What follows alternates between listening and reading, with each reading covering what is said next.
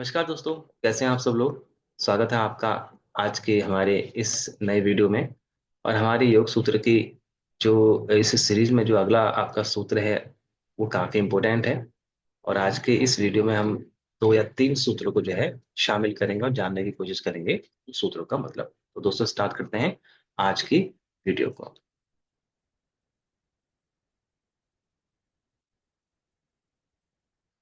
तो दोस्तों अगर हम बात करें, आपको याद होगा हमने लास्ट वीडियो में एक इम्पोर्टेंट सूत्र के ऊपर वीडियो बनाया था। और जो सूत्र था आपका वो योग का सबसे ज्यादा इम्पोर्टेंट सूत्र था। और इफेक्टिवली योग की डेफिनेशन इफेक्टिवली थी। तो अगर हम बात करें, जो दूसरा सूत्र था आपका योग चित्त वृत्ति निरोधा, योग चित्त की वृत्तियों को रोकना है। और साथ में हमने ये बात की थी कि भाई ये जो चित्त है आखिरकार ये क्या है और इसकी कितनी अवस्था होती है। तो हमने देखा कि चित्त की इफेक्टिवली 5 अवस्थाएं होती हैं। और इसके साथ में हमने ये भी देखा कि जो हमारा ये सृष्टि है, ये यूनिवर्स है, ये ब्रह्मांड है, ये किस तरीके से उत्पन्न होता है। तो जो हमारा दूसरा सूत्र था ये काफी इंपॉर्टेंट था। अब आते हैं हम योग सूत्र के अगले सूत्र में। और ये जो आपका अगला सूत्र है ये भी काफी इंपॉर्टेंट है, क्योंकि ये जो है आपको उस अवस्था के बारे में बताता है जिस अवस्था को हम जो है पाना चाहते हैं या फिर ये एक योगी पाना चाहता है। तो यहाँ पर जो आपका तीसरा सूत्र है वो है आपका तदा द्रष्टु स्वरूपे अवस्थानम। तो यहाँ पर इस सूत्र के माध्यम से हमें ये पता चल रहा है कि महर्षि पतंजलि ये बताना चाह रहे हैं कि जब हम योग की अवस्था में होते हैं, जो कि दूसरा सूत्र था आपका योग चित्त वृत्ति निरोधा। तो जब योग में चित्त की वृत्तियों का निरोध हो जाता है, जब चित्त की वृत्तियां रुक जाती हैं, जब हमारा चित्त निरुद्ध हो जाता है, तो तब कैसी अवस्था होती है। तो यहाँ पर इस सूत्र में महर्षि पतंजलि ये बता रहे हैं कि जब हमारा चित्त योग में निवृत्त होता है, यानी कि योग में संलग्न होता है, तो योग की जो उच्च अवस्था है उसमें हमारा जो चित्त है वो जब बिल्कुल उसमें समाहित हो जाएगा, तो तब वो अपने निज स्वरूप को देखेगा। तो जो हमारा निज स्वरूप है, जो हमारा वास्तविक स्वरूप है, जो हमारा चैतन्य स्वरूप है, वो हमें यानी कि योगी को दिखेगा। तो इस तीसरे सूत्र में जिसका मतलब है तदा द्रष्टु स्वरूपी अवस्थानम, तब दृष्टा अपने स्वरूप में अवस्थित होता है, अपने जो वास्तविक स्वरूप है, अपना जो वास्तविक रूप है उसको वो तब नजर आता है। तो जब हम या जब योगी इस अवस्था तक पहुंचता है, तो वो एक एक्सट्रीम अवस्था होती है। और सब जो हैं क्या कहते हैं, बैरियर्स को पार करके, सब जो हैं चरणों को पार करके जब इस अवस्था में आता है, तब उसको अपने सामने अपना जो निज स्वरूप है, जो अपना वास्तविक स्वरूप है, इफेक्टिव नजर आता है। तो ये जो आपका तीसरा सूत्र है ये काफी इंपॉर्टेंट है। और असल में ये कुछ और नहीं, ये आपका योग का डेस्टिनेशन है। जब आप योग के माध्यम से चरम अवस्था पे पहुंचेंगे, तब आप अपने को जान पाएंगे इफेक्टिवली मैं कौन हूं। तो जब हम फिलोसफी के लिए बात करते हैं तो एक क्वेश्चन अक्सर सुनते देखते हैं कि भाई हु एम आई। तो ये जो हु एम आई है, ये हु एम आई आपको इस अवस्था में इस माध्यम से जो है दिखता है कि इफेक्टिवली मैं कौन हूं। तो दोस्तों ये तीसरा सूत्र जो है आपका ये भी काफी इंपॉर्टेंट है। तो ये कुछ और नहीं, ये आपका जो योग का एम है, डेस्टिनेशन है, वहां जो है ये उस अवस्था के बारे में इफेक्टिवली बताना है। इसके बाद दोस्तों अगर हम बात करें, इसके बाद जो अगला सूत्र है ये ये भी काफी इंपॉर्टेंट है। क्यों? क्योंकि ये जो सूत्र है हमें ये बताने की कोशिश कर रहा है कि जब हम योग की अवस्था में नहीं है, यानी कि जब हम नॉर्मल अवस्था में हैं, जब हम ये सांसारिक दुनिया में हैं, जब हम सांसारिक क्रियाकलापों में जब आपके हम लगे होते हैं, तो तब कैसी अवस्था होती है।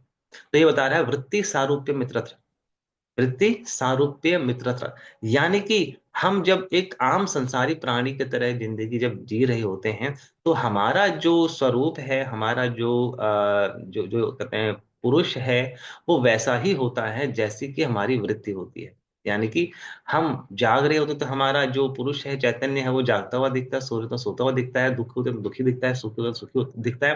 तो हमारा जो जैसा वृत्ति होगी वैसा ही हमारा चित्त होगा। तो ये जो है सूत्र आपको बता रहा है कि बाकी अवस्था में, जो नॉर्मल अवस्था है, एक सांसारिक अवस्था है, उस अवस्था में जैसा हमारी वृत्ति होती है, जैसा हमें दिखता है, जैसा सुनाई देता है, वैसा ही हमारा चित्त होता है। तो ये जो है आपका कुछ और नहीं, ये एक जनमानस के एक सांसारिक जो लोग हैं, उनकी अवस्था है। और जब हमको जैसा दिखता है वैसा ही प्रतीत होता है। तो बेसिकली हमारा जो ये पुरुष है, जिसको हम चैतन्य तत्व बोल लेते हैं, आत्मा बोल लेते हैं, असल में ये जो है आपका निर्लेप है और अपरिणामी है। तो मतलब ये कि असल में इसका जड़ तत्व से जो है कोई मेल नहीं है, लेकिन क्योंकि उसकी सन्निधि मात्र से हमें जैसा जो है जगत दिखाई देता है, वैसा ही हम अपने आप को फ़ील करते हैं। तो अगर मैं सुखी हूँ, तो मैं मान के चलता हूँ कि मैं सुखी हूँ। अगर मैं दुखी हूँ, तो मैं मान के चलता हूँ कि मैं दुखी हूँ। तो वो जो सुख और दुःख है, वो आत्मा का, चैतन्य का, पुरुष का जो है, वो चिन्ह नहीं है। लेकिन जड़ तत्व के साथ जो है आपका उसका अटैचमेंट होने की वजह से हमको हम जो है सुखी या दुखी नज़र आते हैं। जबकि हमारा जो निज स्वरूप है, जो कि आत्मा स्वरूप है, जो कि चैतन्य स्वरूप है, उसका जो है जिस जड़ तत्व से या इस सुख-दुःख से कोई लेना-देना नहीं है। लेकिन जब हम उसकी सन्निधि में आते हैं, प्रकृति के जो है सन्निधि में आते हैं, माया के सन्निधि में आते हैं, तो हम अपने आप को वैसा ही प्रतीत करते हैं, कि जैसा हमारी वृत्ति होती है। वो वृत्ति आपकी मूढ़ावस्था में हो सकती है, वो आपके सोने की हो सकती है, वो कभी तो जैसी वृत्ति हमें होती है या दिखती है, वैसा ही हम अपने आप को मानते हैं। जैसे अगर हम सामने आईने में, शीशे में अगर शीशा जो है थोड़ा-सा गंदा और धूमिल हो, तो हमें हमारा फेस भी जो है वो धूमिल नज़र आएगा। अब वहाँ पर अगर हम देखेंगे, तो मुझे लगेगा अरे! मेरा तो फेस जो है गंदा हो गया। लेकिन अगर आप देखेंगे तो आप रियल में तो गंदे नहीं, आपका फेस तो साफ है। बट क्योंकि आईना गंदा है, शीशा गंदा है, इसलिए हमें हमारा फेस भी गंदा नज़र आ रहा है। तो ये जो आपका अज्ञान है, जो ये संयोग है, तो जैसा संयोग होगा वैसा ही हमारी जो वृत्ति है वो भी होगी, और वैसे ही हमारा चित्त जो है सुखी या दुखी होगा। तो जब हम बात करते हैं इस सूत्र की, ये सूत्र कुछ और नहीं, सांसारिक जो अवस्था होती है, जो सांसारिक वृत्ति होती है, उस वृत्ति के अनुरूप ही हमारा चित्त हो जाता है, और उसी चित्त के हिसाब से फिर हम अपने आप को सुखी या दुखी मानते हैं। जबकि हमारा निज स्वरूप ना ही सुख का है, ना ही दुःख का है, निज स्वरूप जो है हमारा चैतन्य जस्ट ज्ञान स्वरूप है। तो ये जो चौथा सूत्र है, ये जो है आपका, ये भी काफ़ी इम्पोर्टेंट है। इसके बाद ये जो वृत्तियाँ हैं, जो हमने बात की कि भई जैसी वृत्ति होगी वैसा हम अपने आप को देखेंगे, सुनेंगे, मानेंगे। लेकिन ये वृत्तियाँ आप आगे जाके देखेंगे, ये वृत्तियाँ जो है इफेक्टिवली 5 प्रकार की होती है। और अगर हम बात करें इस सूत्र 5 की, तो इस सूत्र 5 को लेकर वृत्तयः पंचतयः क्लिष्टा अक्लिष्टा। तो यहाँ पर ये बता रहे हैं कि जो ये वृत्तियाँ होती हैं, नाना प्रकार की जो वृत्तियाँ होती हैं, ये 5 प्रकार की इफेक्टिवली होती हैं। तो जैसी वृत्ति होगी, वैसा हम अपने आप को प्रतीत करेंगे, और हम अपने आप को वैसा इसलिए प्रतीत कर रहे हैं कि हम माया के संयोग के कारण वैसा ही अपने आप को देख रहे हैं। जैसे एक जो है मैले या गंदे शीशे में हम अपने आप को जो है गंदा और मैला समझते हैं। लेकिन हमारा निज स्वरूप यानी कि हमारा जो रियल फेस है वो साफ है, तो हमारा निज स्वरूप है। लेकिन माया यानी कि शीशे में देखने के कारण वो हमें गंदा-सा लग रहा है, गंदा प्रतीत हो रहा है। तो ये जो आपकी वृत्तियाँ हैं, अलग-अलग प्रकार की हैं, तो ये 5 प्रकार की जो वृत्तियाँ बताई जाती हैं, तो वृत्तयः पंचतयः क्लिष्टा क्लिष्ट, तो ये 5 प्रकार की जो वृत्तियाँ हैं, वो क्लिष्ट और अक्लिष्ट होती हैं। तो क्लिष्ट वृत्ति, वो वृत्तियाँ जो रागाद्वेष जो है उत्पन्न करती हैं। तो जो वृत्तियाँ या जिससे हमें राग द्वेष जो है उत्पन्न होता है, किसी से राग द्वेष उत्पन्न होता है, तो वो आपकी जो है क्लिष्ट जो है वृत्ति कहलाती है। और जो वृत्ति जो जो जिससे जो है आपका इन क्लिष्ट वृत्तियों का जो है निरोध होता है, या फिर जो है उनको जो हम हटाते हैं, तो वो आपकी अक्लिष्ट वृत्ति कहलाती है। तो इस तरीके से क्लिष्ट, अक्लिष्ट, ये जो है आपकी वृत्तियाँ, इसके अंदर 5 तरह की वृत्तियाँ आप जो है इफेक्टिवली देखेंगे। तो दोस्तों मोस्ट प्रोबेबली अब आप शायद समझ गए होंगे कि जो स्टार्टिंग के 4 सूत्र हैं, और इफेक्टिव 3 सूत्र, second, third and the fourth, ये कहीं ज़्यादा इम्पोर्टेंट है। बाकी सब उन्हीं की जो है स्टडी और उन्हीं की जो है रिसर्च है। तो मैं एक बार थोड़ा-सा दोबारा से इन सभी सूत्रों को एक बार दिखा देता हूँ हम लोगों को। पहला जो हमारा सूत्र है, अथ योगा अनुशासनम। इस सूत्र से महर्षि पतंजलि योग शास्त्र को आरंभ करते हैं और बताते हैं कि योग शास्त्र में इसका प्रयोजन क्या है, इसके अधिकारी अनाधिकारी कौन है, कुछ उसकी कुछ इम्पोर्टेंट चीजें, इम्पोर्टेंट बातें। सूत्र 2, ये सबसे ज्यादा इम्पोर्टेंट है और इफेक्टिवली यही योग की डेफिनेशन है। तो ये है आपका सूत्र 2, योगश्चित्त वृत्ति निरोधा। योग चित्त की वृत्तियों को रोकना है। और जब योग के माध्यम से चित्त की वृत्ति रुक जाएगी, तो हमारा जो स्वरूप है वो कैसा होगा, तो हमें हमारा निज स्वरूप दिखेगा, हमारी रियलिटी हमें दिखेगी, हमारा चैतन्य स्वरूप हमें इफेक्टिव दिखेगा। तो तीसरा सूत्र तो यही बताता है, तदा द्रष्टु स्वरूपे अवस्थानम।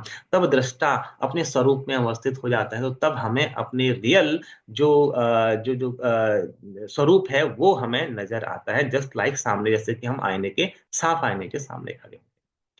बट अगर हम बात करें उससे अलग, योग की अवस्था से अलग, समाधि की अवस्था से अलग, एक आम सांसारिक व्यक्ति के रूप में अगर हम देखें, तो हम जैसी हमारी वृत्ति होती है वैसा अपने आप को प्रतीत करते हैं, चाहे वो सुखी हो, चाहे वो दुखी हो, चाहे राग देश आदि में हो। तो जैसी हमारी वृत्ति होगी वैसा ही हम अपने आप को फील करेंगे। तो चौथा सूत्र है वृत्ति सारूप्य मित्रतर, यानी कि जैसी हमारा जो है वृत्ति होगी वैसा ही हम अपने आप को समान जो है देखेंगे। फिर है कि जो वृत्तियां हैं, ये 5 तरह की वृत्तियां होती हैं, और इनको अगर हम कैटेगराइज करें तो 2 कैटेगरी में, एक आपका क्लिष्ट और एक अक्लिष्ट। तो क्लिष्ट आपकी वो वृत्तियां हैं जो राग द्वेष आदि को उत्पन्न करती हैं, और अक्लिष्ट वो वृत्तियां हैं जिनसे राग दोष आदि की निवृत्ति होती है। तो दोस्तों, इस तरीके से जो ये आपके 5 सूत्र हैं ये काफी इंपॉर्टेंट हैं, और जब आप योग सूत्र की जब जाएंगे, योग की तरफ जाएंगे, तो आप इन सब चीजों को आगे जाके देखेंगे, सुनेंगे और रियलाइज करेंगे। तो दोस्तों, आज की वीडियो में इतना ही, और अगली वीडियो में हम जो है अगले सूत्रों के ऊपर चर्चा करेंगे। आज के लिए इतना ही, मिलता है अगली वीडियो में। Till then take care, bye.